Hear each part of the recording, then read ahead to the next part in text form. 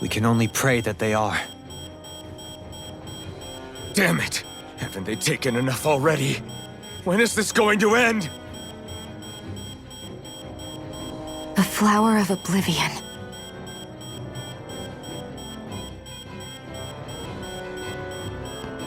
With everything that's happening, we need to get back to Lenegis. Is the ship still offline? Unfortunately, yes. Even more so than when it lay dormant. Can you fix it? Starships are extremely complex machines. One wrong move while we're out here in space could very well cost us our lives. So what? We're just stuck inside here, floating around? For how long? I don't believe this. We've made it all this way, and now we're stuck here? We're watching Dana die before our eyes, and we have no choice but to sit here and starve to death? Law, calm down! You're not the only one who's worried here. Right. Sorry. It's still too early to give up. There has to be a way to get out of this. Alphen. Now what? The starship, it's back online? No, this is different. Something is pulling our ship in towards it.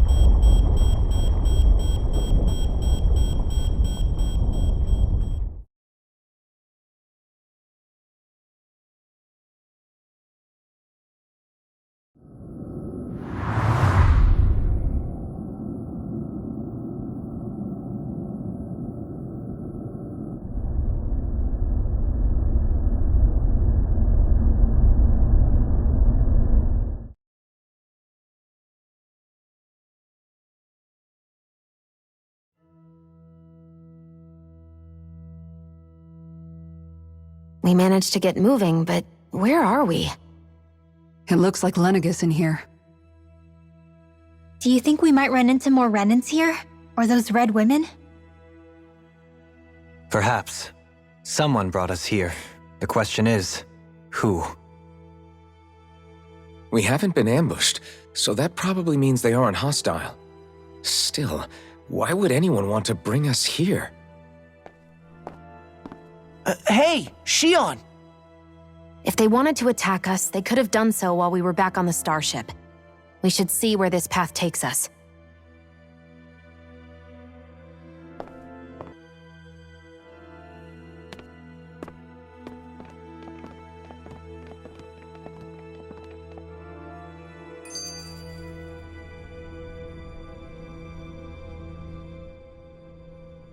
Shion, just in the nick of time. Here, lend me a hand while I... No! What the... Oh, right. The thorns. My bad. No, I'm the one who should apologize. I overreacted. Again, Law? Can't you even go a minute without putting your foot in your mouth? Seriously, it's fine. I'd rather that than people feeling like they're walking on eggshells around me. Besides, I'm the one who should be vigilant about not touching you guys, not the other way around. Actually, I've been meaning to ask. Not being able to touch people, does it ever get lonely sometimes? I guess I never really thought about it in those terms. It was either accept it for what it was or come undone. Before long, it was just part of my everyday reality. I think I even forgot there was another way to live. Which isn't to say I didn't feel alone. I did. Always. So numb to your reality, you couldn't even recognize it as loneliness? I don't know how you managed. It's fine. I know I'm not alone anymore. But I can't even touch you. No way of lending you a shoulder when you're down? Even Alphen. I appreciate the concern. Until I get rid of these thorns, I guess I'll have to put up with it just a little longer. But not forever. Alphen promised me that. Maybe it'll be soon, maybe it won't be. But either way, the day will come. And I'll be ready when it does. Yeah, just hang in there. One day, we'll share a big warm hug. You'll see. I promise.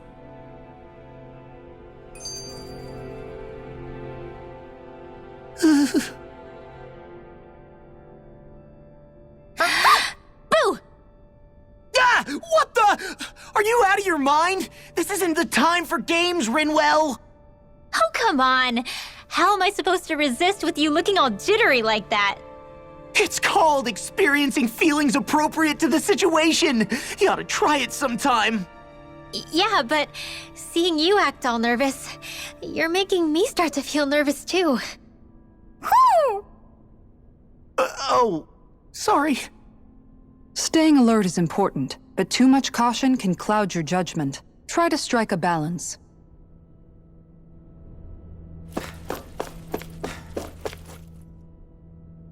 I still can't get over what we saw happening outside the starship. Yeah, our planet's really not doing too hot right about now. I've only ever seen Rena from the surface of Dana, so I figured it was just another round planet like ours. Still though, I never would have imagined Rena actually looked like that. And what's the deal with that giant flower coming out of it? Beats me. I have absolutely no clue. It's so surreal. It looks like a broken egg or something. Rena and Dana. We were taught that both worlds were spherical bodies that floated amongst the stars in the heavens. But to think that they lied to us not only about the Sovereign and the Crown contest, but also the form of our own planet. Dohalim. Okay, who's the wise guy that summoned us here? Someone formidable enough to bring our starship along with us. They must be here somewhere. Let's find them.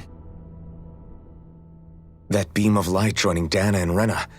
It was the Renan side that it first came from, right? That's what it looked like. And then the Danon side responded. Perhaps it was some kind of directive from the Renan homeworld? To reawaken the Wedge and Lenegis? Which would mean that whoever's behind all this is on Rena after all. But what are they after? Is it really worth going through all this trouble just to steal Dana's energy? Try to stay calm. With so many factors we don't understand, dwelling on it won't get us anywhere. What is it?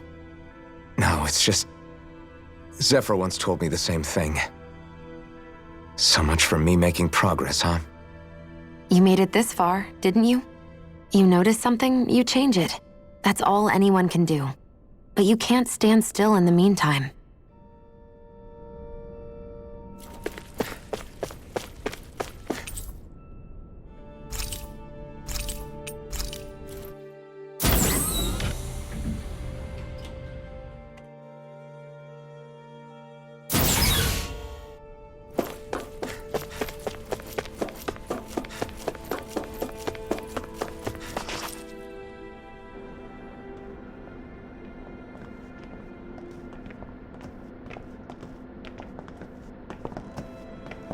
This place looks a lot like that room we saw back in the Forbidden Zone. Huh? What's that?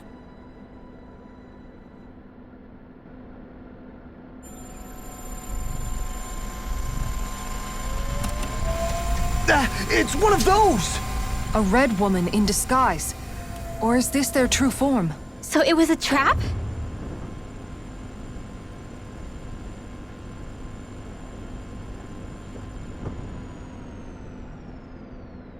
It doesn't look like it can move.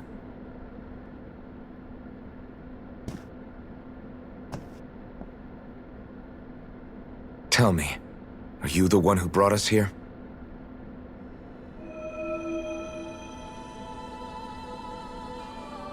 That is correct. It is unusual for me to have unexpected guests these days. It can talk! Are you? Hevrect 35. Hevrect 35. Is that your name? Correct. What is this place? No, wait, before that, just what exactly are you? Are you somehow associated with the Red Women? Before I answer, I have a question for you. How did you all arrive in this sector?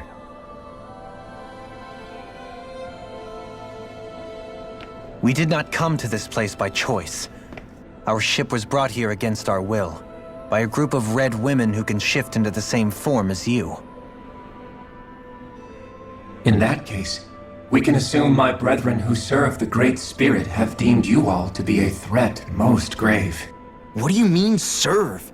Are you saying there really is someone more powerful than the Red Women, pulling their strings?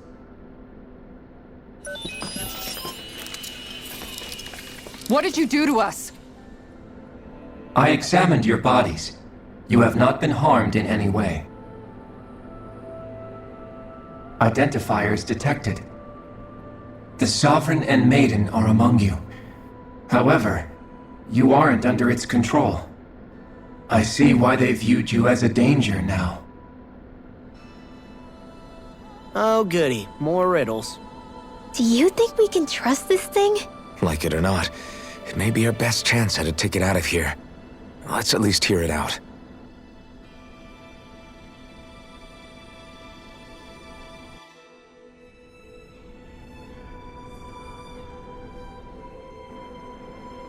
I shall now answer your questions. We are Helganquil. The Red Women you encountered previously are a form of disguise we employ from time to time, but not our true form. Helganquil? You are on Dake Phasol, a celestial base which drifted here by accident. The will of Rena's Great Spirit no longer reaches us here. Since my sudden separation from the Great Spirit's influence, I have used any and all means to extend my lifespan. As I have done so, I have also set out to monitor and research Rena and Dana from this position. A question. What is this great spirit of which you speak? Is it something that rules over your kind? Correct.